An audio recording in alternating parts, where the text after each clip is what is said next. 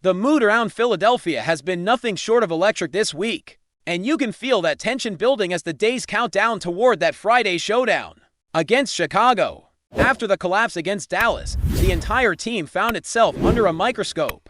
With every mistake replayed and every weakness magnified, coaches have been questioned, schemes have been doubted, and players who usually fly under the radar suddenly became targets for criticism. And yet, despite all that noise, something shifted over the last few days. It feels like the Eagles finally reached that point in the season where a response is mandatory. And this matchup might be exactly where that spark finally shows up.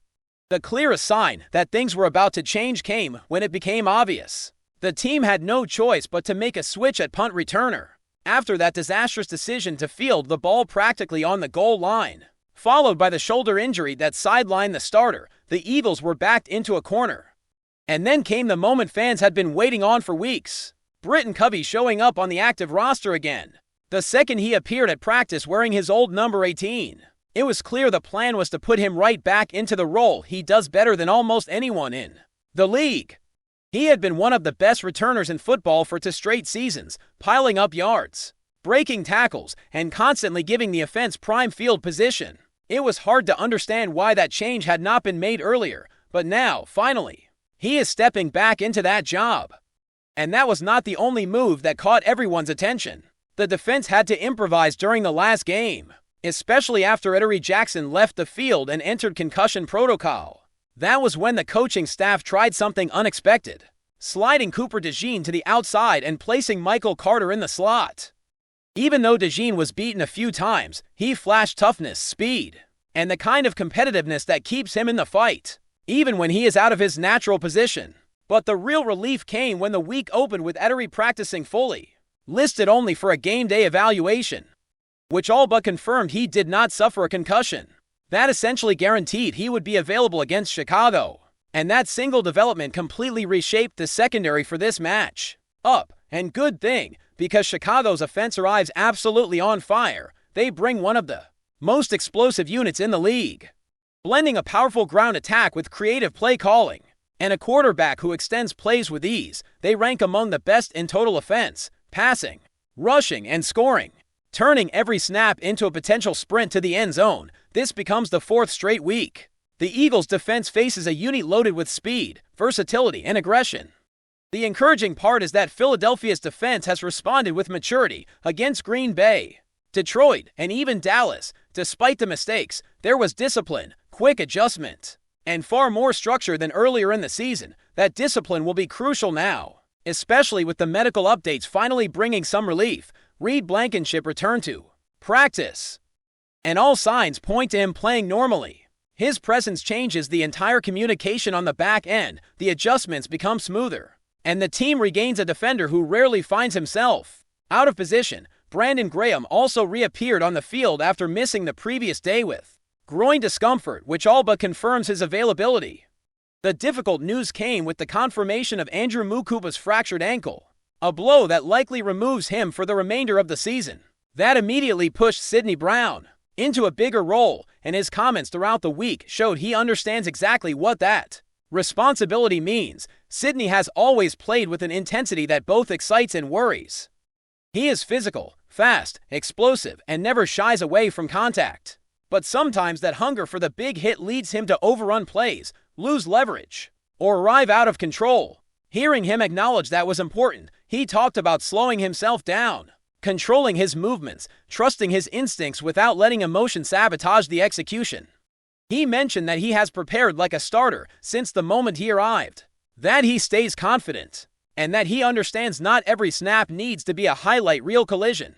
The opportunity has officially landed in his lap, and now the question is whether that self-awareness will translate into discipline on the field, especially against an offense built around speed and quick changes of direction. Another layer of intrigue comes from the number of familiar faces waiting on the other sideline. Adoree Swift returns to Philadelphia, the place where he delivered the best season of his career, now wearing Chicago colors and fitting perfectly into an offense that loves to weaponize his explosiveness. Alameda Zakos will also be lining up for Chicago, as will Kevin Byard, who never quite hit his stride during his time in Philadelphia, but has rediscovered himself since joining Chicago. Along with them, T.J. Edwards and C.J. Gardner-Johnson anchor major parts of Chicago's defense. C.J. in particular has returned with his trademark fire, playing with aggression, piling up sacks and forced fumbles, and instantly injecting energy into the heart of that unit.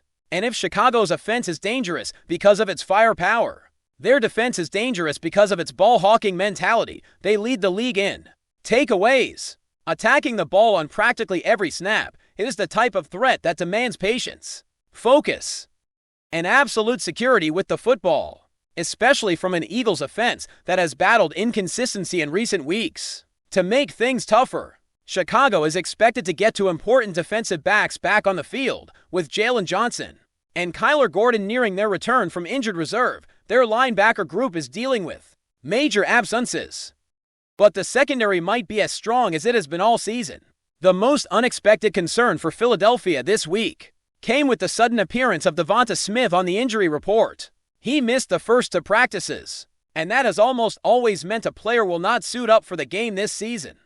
Losing Smith changes the entire identity of the offense because he has been the most reliable option, the most consistent route runner, and the player who repeatedly turns tight windows into massive completions. Without him, the pressure shifts to A.J. Brown and Dallas Goedert to handle even more volume and prevent Chicago's defense from keying too easily on the top targets.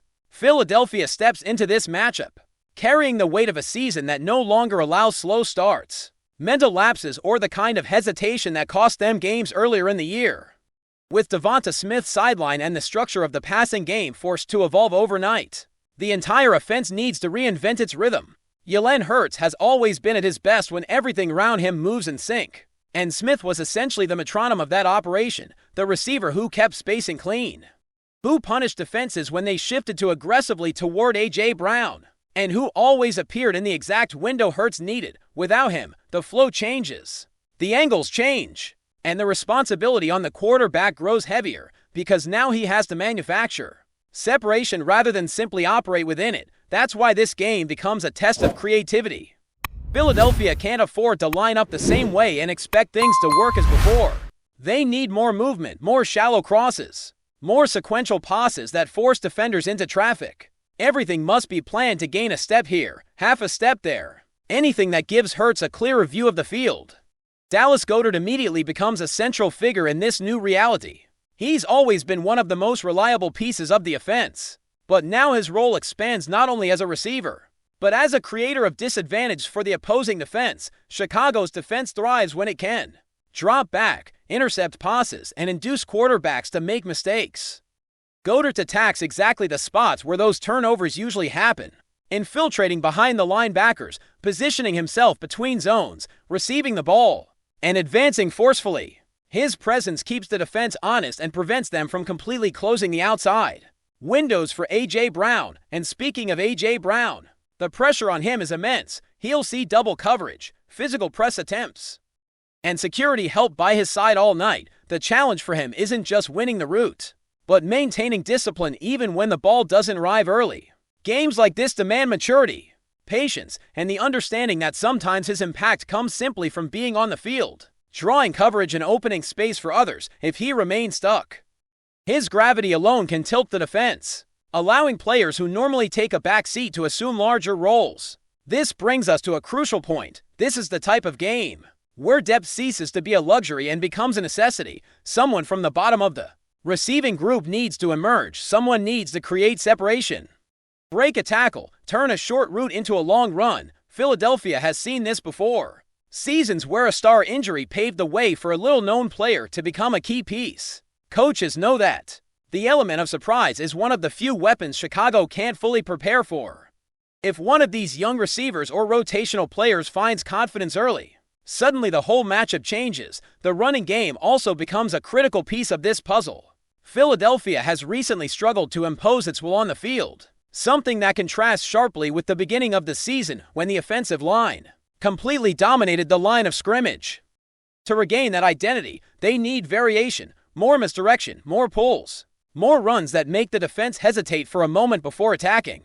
Chicago loves to be aggressive. They fly downhill, they attack gaps with conviction. Using that speed against them is one of the most effective ways to break that destructive rhythm. If the running game finds balance early, The game's action opens up and suddenly Hurts can operate with a comfort that has been lacking in recent weeks on the defensive side. The challenge becomes even more complex. As Chicago comes in with an offense that always seems on the verge of destruction, they thrive on rhythm, they thrive on misdirection. They thrive on creating exactly the kind of chaos that forces linebackers to overthink and miss a step. This is where Reed Blankenship's return becomes absolutely essential. He's the communicator, the anchor, the voice that keeps the whole structure aligned against a team that uses so many movements before the snap. Any hesitation is fatal. Blankenship has the ability to recognize changes, signal adjustments, and avoid the kinds of mistakes that result in touchdowns that are too long for such an important game. The defensive front also needs to show more intensity than it has recently. Chicago is physical. They run with violence, they block with commitment, and they don't hesitate to attack the opponent's weak point repeatedly. Philadelphia cannot allow the pocket to collapse laterally without pressure from the middle. They need the interior of the defensive line making an impact, hitting blocks, pushing the opposing offensive line back. When the Chicago quarterback is forced to work within a tight pocket, he tends to rush decisions. And that's exactly what opens windows for interceptions and fumbles. The injury to Andrew Mukuba complicates things because it forces Sidney Brown into a larger role. At a time when discipline is crucial, Brown is a player full of energy, intensity, and a desire to be involved in every play, but that same energy sometimes becomes a trap.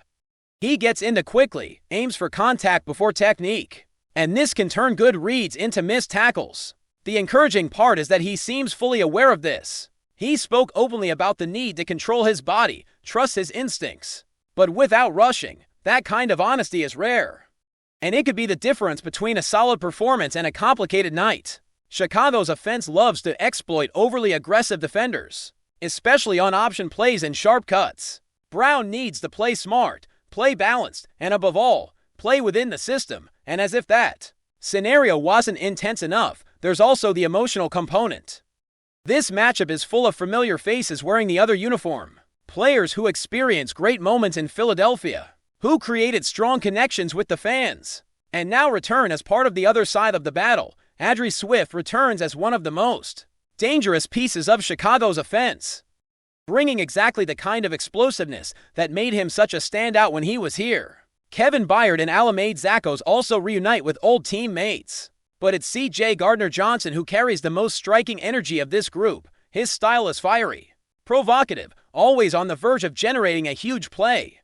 Chicago has used this temperament to their advantage, and he comes into the game creating sacks, forcing fumbles, and changing entire drives with a single action.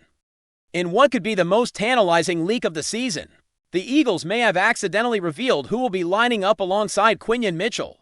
Sources close to the team hint that this isn't your usual offhand comment in a locker room. It's a near confirmation that has fans buzzing and social media exploding. Speculation is running wild, with some insiders suggesting that the coaching staff might be leaning toward a surprising choice, one that could shake up expectations and redefine the defensive dynamics. The player in question has been under the radar for months, quietly impressing during practices and showing flashes of the kind of skill set that could complement Mitchell perfectly. Eagles fans are reportedly divided. Some are thrilled by the potential chemistry, while others are wary, recalling that past experiments have sometimes backfired. The mere suggestion of this pairing has fueled intense debates online, with highlight reels being dissected frame by frame and every locker room interaction being scrutinized. Interestingly, the leak appears to have come from an internal communication that wasn't meant for public eyes. Perhaps it was a slip of the tongue, a misdirected message, or someone forgetting to lock down a document. Whatever the cause, it has sent shockwaves through fan communities. Analysts are already trying to read between the lines, evaluating how this rumored combination could affect schemes, matchups, and even draft day philosophies. One thing is clear, this potential pairing has all the ingredients for drama. Mitchell's known versatility and playmaking ability could be enhanced or challenged by the newcomer style, creating a narrative that will dominate discussions leading up to the next big matchup. Coaches are likely holding their cards close to the chest, but in today's era of leaks, cryptic hints, and viral clips, keeping secrets is nearly impossible. As the buzz continues, insiders warn fans to temper their expectations while savoring the anticipation. The Eagles Locker room is reportedly a mix of excitement and calculated tension, as everyone seems aware that even a subtle confirmation could spark headlines, debates, and, inevitably, more leaks. Whether this rumored starter lives up to the hype remains to be seen. But one thing is undeniable: the Eagles have ignited one of the hottest off-season storylines. And the pairing with QUINYON Mitchell might just be the talk of the town for weeks to come. That's a wrap from FlyEaglesFly News. If you want the fastest Eagles updates, subscribe, drop a like, and turn on the bell. Sound off in the comments. Let's talk birds.